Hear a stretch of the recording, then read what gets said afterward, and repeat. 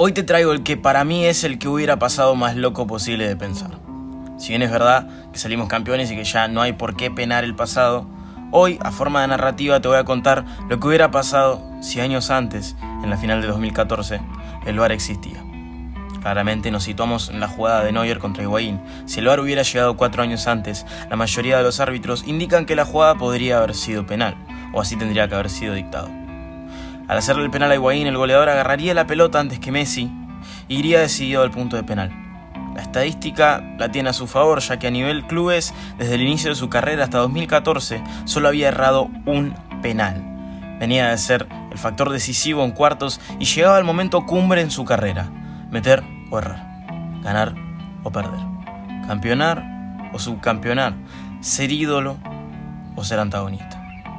El arquero sería Weidenfeller, ya que Neuer, expulsado, dejaba su selección sin su figura principal y quien salía para el ingreso de otro arquero era Klose, dejando a Schürrle como delantero del equipo. Higuaín patea y su pelota supera al arquero. Impacta la red, impacta a una nación entera en la cancha festejando como en el Obelisco.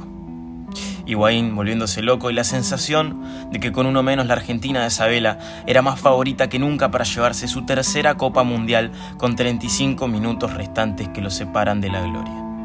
Messi parecía engualichado en ese partido, ya que Weidenfeller le saca una clarísima y la otra chance termina en un palo.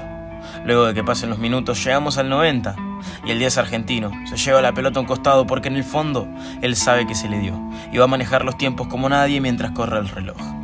Ya es un hecho, Argentina campeona, y una de las principales cosas que cambiarían sería el impacto territorial. Luego de que Brasil perdiera 7-1 siendo la local en lo que fue la derrota más dolorosa de su historia, llega su máximo rival a la final, con miles de argentinos viviendo, alentando, meando y molestando en sus calles. Y encima, ganaban su tercer mundial en el Maracaná, venciendo al equipo que le metió 7 goles en el partido anterior. Lo que cambiaría la historia de los jugadores de esa generación futbolística argentina no tiene nombre. A ese mundial, Di María, Higuaín y Messi llegaban siendo el mejor ataque de selecciones del mundo indiscutidamente. Y luego de ganar 1-0 el partido más importante con un penal provocado y convertido por el 9 argentino, la gente recordaría y conmemoraría a Higuaín como el MVP de las finales, ya que fue el factor decisivo. A Messi lo recordarían por hacernos pasar fase de grupos y ganaría el MVP del mundial. Una historia que igualmente sería hermosa para Leo. La tercera espada de la conquista era el ángel argentino, que en octavos y parte de cuartos había dado una muestra de lo que hubiera sido su presencia en la semi y posteriormente en la final. El Fideo sería uno de los no muchos jugadores que en el mismo año consiguieron la Champions y el Mundial, siendo decisivo en ambos. Y para ese entonces no se criticaría su situación con las lesiones, porque la gente estaría preocupada solamente por festejar. La final obviamente envejecería de una forma muy distinta ante el recuerdo vivo. Rodrigo Palacio nunca hubiera picado una pelota porque ni él, ni Neuer, ni la jugada hubieran sido parte de la historia en una prórroga que tampoco hubiera existido. Götze, que la gente se olvida que fue el Golden Boy en 2011 y que para ese tiempo era un jugadorazo, pero en este caso no tendría el gol que valió un título y ningún argentino lo odiaría, ya que declararía posteriormente en favor a Messi y su título obtenido, como terminó siendo años después en 2022. La historia de Mascherano también sería muy distinta. Quien era el ídolo del pueblo, quien era la bandera, quien era estandarte, sería recordado como el jugador con más huevos, garra y corazón. Aquel que conoce el juego sabe que los huevos solo son un plus para que un equipo que tiene funcionamiento salga campeón. Y Mascherano contra Holanda fue la prueba ejemplar, la prueba viva de los momentos en donde los huevos y el carácter son el plus que te hace sobrevivir. Masche saldría campeón y sería su último mundial. Habiendo jugado 3 y viendo cómo se dio su carrera, no hubiese jugado el de 2018. De hecho, él mismo, en la previa al mundial, confesó que lo veía como la última chance de conseguirlo, como la veía casi todo el grupo. Pero si en 2014 salían campeones, varias caras no hubieran aparecido en 2018 y eso aceleraría el cambio o el recambio de una generación. Hablando de generación, por fin la generación que llegó a 3, 4 finales sin ganar ninguna, solo con llegar y ganar la del mundial, sería válidamente considerada como la mejor generación futbolística en la historia del país, con varios jugadores que quedaron por igual en la memoria de sus clubes, de su selección y de la historia del fútbol. Pero si hablamos de las generaciones, tenemos que hablar de él, porque hoy está un Scaloni al que la gente ama, adora y pondera, pero ayer estaba un Sabela, que dejó momentos épicos, felices, tristes, Pachorra, que se hizo cargo de la derrota cuando volvió y que se puso delante de todos cuando la cámara lo enfocaba recién perdido. Sabela, que para muchos es el cuarto en esa mesa chica de DTs históricos, hubiera sido campeón. No existiría el llanto posterior de angustia. Sabela volvería de Brasil queriendo dejar la selección pase lo que pase. Pero los jugadores lo convencerían de que esté en los amistosos posteriores al Mundial jugados en Argentina para que el público le haga saber su amor y su agradecimiento. Posteriormente, un Alejandro enfermo se iría apagando como la historia dictó, pero se apagaría en la luz eterna. Con el hito cocinándose cerca, más de 100.000 personas vivirían el mejor día de su año festejando en Brasil, copando Río de Janeiro y sin contar a los argentinos que se encuentran establecidos viviendo allá. Mientras que en el Obelisco, ¿te acordás lo que viviste en diciembre del último año? Bueno, sería demasiado asemejado a eso y el impacto en la gente no tendría límite. El recuerdo con el 2014, a diferencia de lo que fue, sería algo hermoso. Sería literalmente darnos un gusto cuando nos crucemos con los resúmenes de González y la Vecchia a fin de año y ver cómo, con la camiseta azul, así como contra los ingleses, les ganamos a los alemanes. Con este logro de Messi y la generación de fútbol, muchas críticas serían inexistentes y los críticos mala leche se las tendrían que guardar en el bolsillo. Los años posteriores no existiría la llenada de cabezas hacia la gente del club de amigos de Messi, no volarían fake news y noticias mala leches como volaron, no se pedirían tantas cabezas y sí creo que luego de Sabela asumiría Martino, porque el final del Mundial no creo que afectara en algo a esta decisión. No quiero especular tanto, pero yo creo que sin mochila, culpa o sin esa necesidad de ganar una final, las finales de 2015 y 2016 se darían de otra forma. No sé si Argentina campeonaría en las dos, pero siento que algunas decisiones y actuaciones de algunos jugadores puntualmente serían determinantemente distintas. Me imagino una final con un Messi que siente el cariño de su país, que no siente ese rechazo que la gente expresaba y lo usa como combustible para decir, sí, el Pipa nos dio la final, pero estas finales son mías. Jugadores como Otamendi, Tevez no serían campeones del mundo habiendo quedado fuera de la convocatoria y otros como Campañaro, Andújar o Palacio dormirían sabiendo que fueron campeones del mundo. De cara al 2018, las caras que acompañan a jugadores como Messi, Di María y Higuaín serían otras, y ahí sí se verían las críticas en esta nueva y cambiada historia.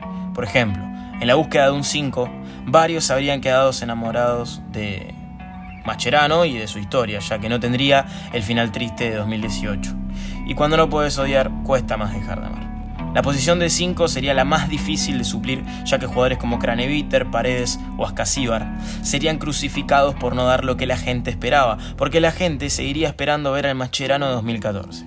Se harían sentir en el periodismo y en la gente por igual una sensación de no querer o no ver con buenos ojos al cambio generacional. Se extrañaría y se idealizaría a todo lo que tiene que ver con la generación campeona de 2014. Sí, tal cual al revés de lo que pasó. Párrafo aparte para explicarte que si el VAR existía en 2014, el cambio en el tiempo iba a hacer que Messi nunca diga que para él la selección se terminó. Este momento, al igual que estos otros, no existirían en esta línea temporal. También quiero aprovechar para contarte que en caso de que el VAR hubiese llegado 4 años antes, gente como Maradona, Perfumo, Cruyff, Di Stéfano y seguramente algún familiar tuyo habrían llegado a ver y en algunos casos festejar la tercera estrella argentina. De hecho, también hubiera vivido el tercer campeonato el presidente de la AFA, que para ese entonces era Rondona, quien falleció 17 días después de la final de 2014. Y lamentablemente, creo que las polémicas decisiones electorales posteriores con este cargo seguirían existiendo tal cual pasaron. De cara al Mundial del 2018, el técnico sería Martino, que al nunca haber tenido que renunciar, nunca habría tenido que ser reemplazado, ni por Bausa primero, ni por Sampaoli después. Y más allá de que nuevamente saber cómo nos podría haber ido en ese Mundial es especular mucho, siguiendo con ese sentido argumentativo planteado en esta línea temporal, cuando Martino dirigió la selección argentina en el 2016, la selección se encontraba primera en el ranking FIFA. Y si bien no es parámetro seguro, la competencia principal era Brasil, Francia y Bélgica. La selección venía con el envión de seguir un proyecto que había dejado una Copa América ganada, una final perdida y siendo la campeona del último mundial. El Messi de 2018 era una locura de nivel y lo que no pudo conseguir a nivel Champions esos años lo iba a querer reivindicar en un bicampeonato mundial con su selección.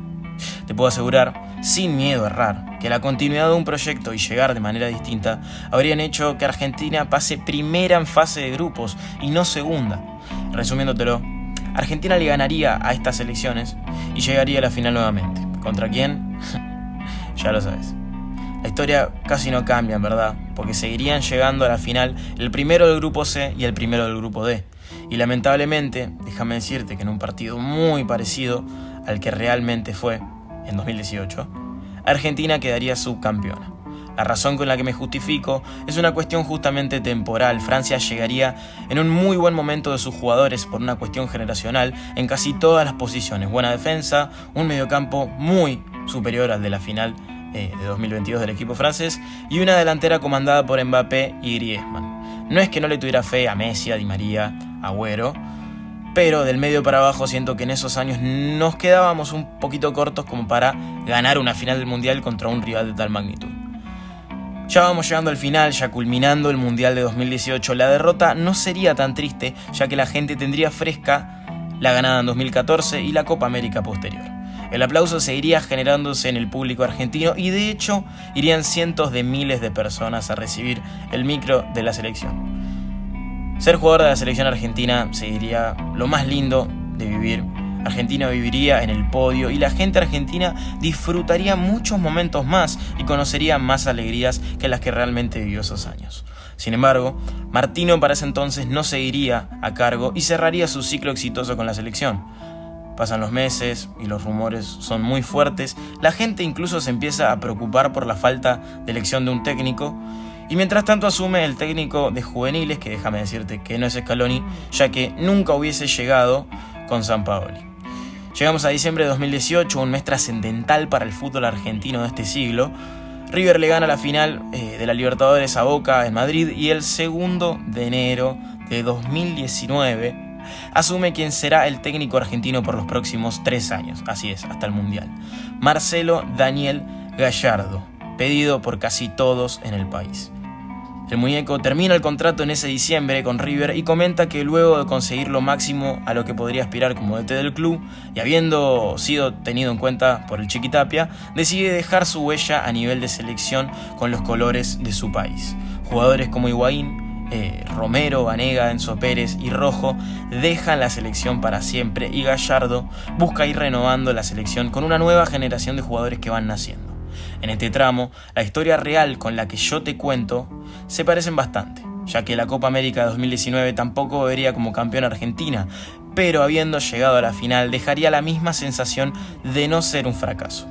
Llega la pandemia, se hace mucho más difícil todo y la selección encamina su clasificación al Mundial de 2022.